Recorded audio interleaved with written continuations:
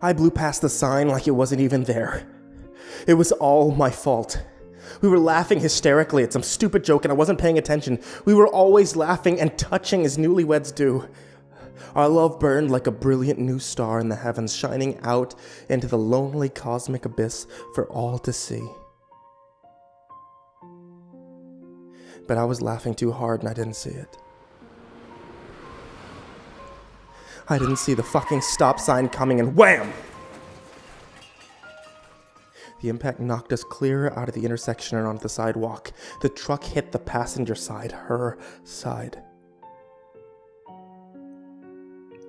She whispered, "Hold me." And blood foamed around her lips in bubbles. She couldn't hold me back. I held her tight and sobbed, and she bled to death in my arms with her eyes open, staring at me, accusing me of not holding on tightly enough, for not loving her enough to save her. My life fell apart. I quit my job, got drunk, stayed home. I lost my house and lived in ditches and city parks. A lost soul, a broken thing. She slipped out of my grasp. Why hold on to anything else? I haven't slept in weeks. Tonight I broke into a hardware store and then I went to the cemetery and I found her grave. By flashlight, I sank the shovel into the soil. I break open the lid of the coffin. I'll eat the rat poison and I'll lay down beside her and I'll ignore the agony in my guts and I'll hold her tight. I'll hold her tight and never let go.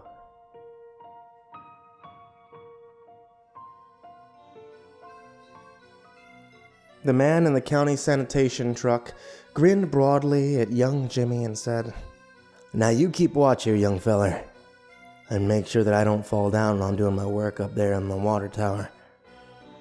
Folks need lots of good, cold, clean water on a hot day like today, don't they?" Little Jimmy nodded seriously and kept watching as the man in the khaki uniform climbed up the long ladder up to the tower and did his work near the top, singing a hymn all the while. The air shimmered between them in the arid heat, and for a while Jimmy lost sight of the man, blinded by a curtain of sweat that cascaded salt and bitter into his guileless blue eyes. Like magic, the man was standing before Jimmy's tricycle with a perplexing face and a white crescent grin. "All fixed up now, son. You folks can drink and swim and cook with all that nice clean water that you need, and bless God for it. Well, I've got other towns that need my services, son. I've got to roll on." The man wiped a smear of red from his brow and exclaimed, "It's so hot out here, man alive.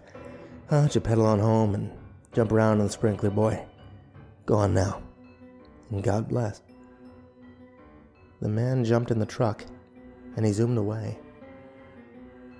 The abrupt momentum caused the naked corpse on the bed of the truck to shift, and his lifeless hand struck an empty can, knocking it out to roll to a rest at the toe of the boy's flip-flops. He couldn't read the words on the can, but the skull and crossbones printed on the back frightened him, and his lips trembled a little. Jimmy kicked the can away and pedaled off for home. It was really hot today, and he was thirsty.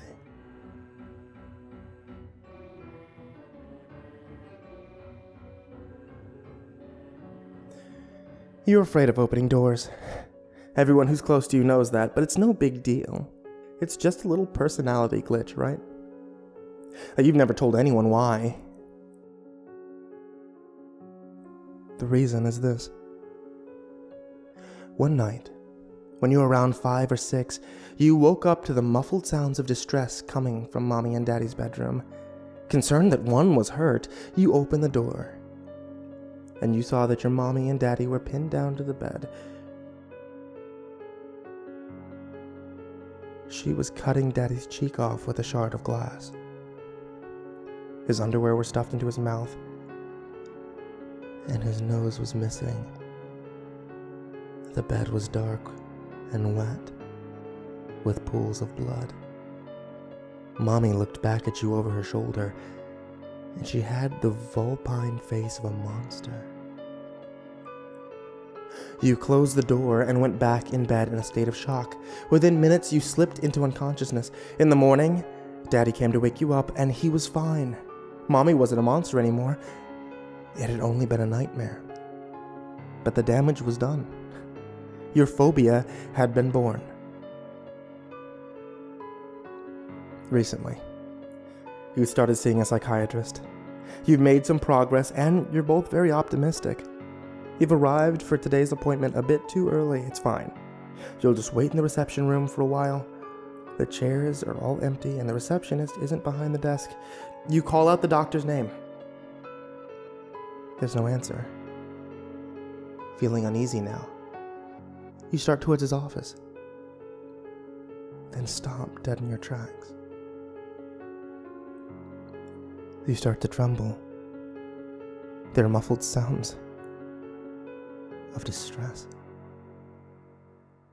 coming from behind the door.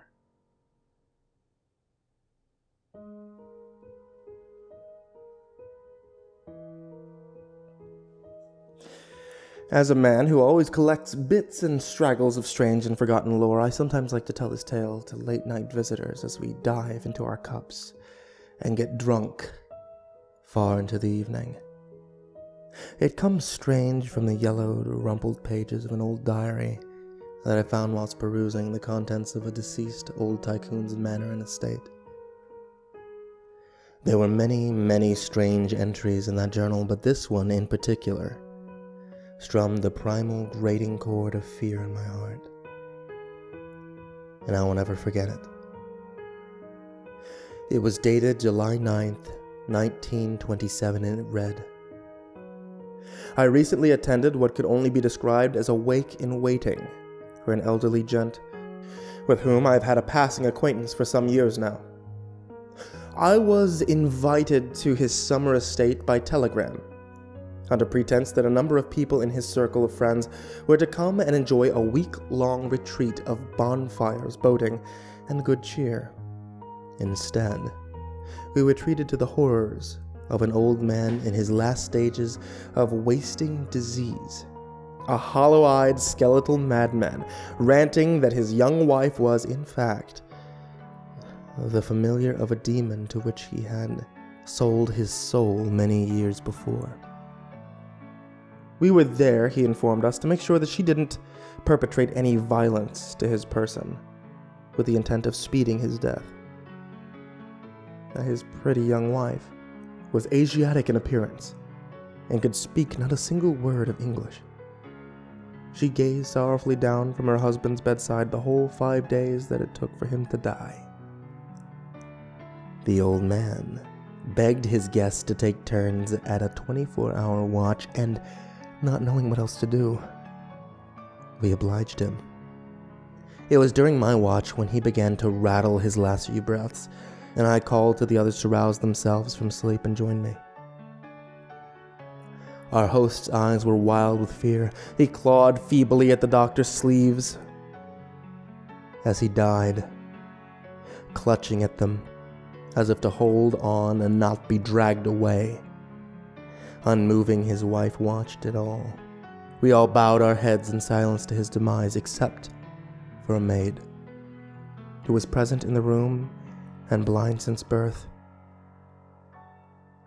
The maid stared with milky eyes at the new widow beside the bed and began to scream. She's eating him. She's eating him. Dear God, she's eating him.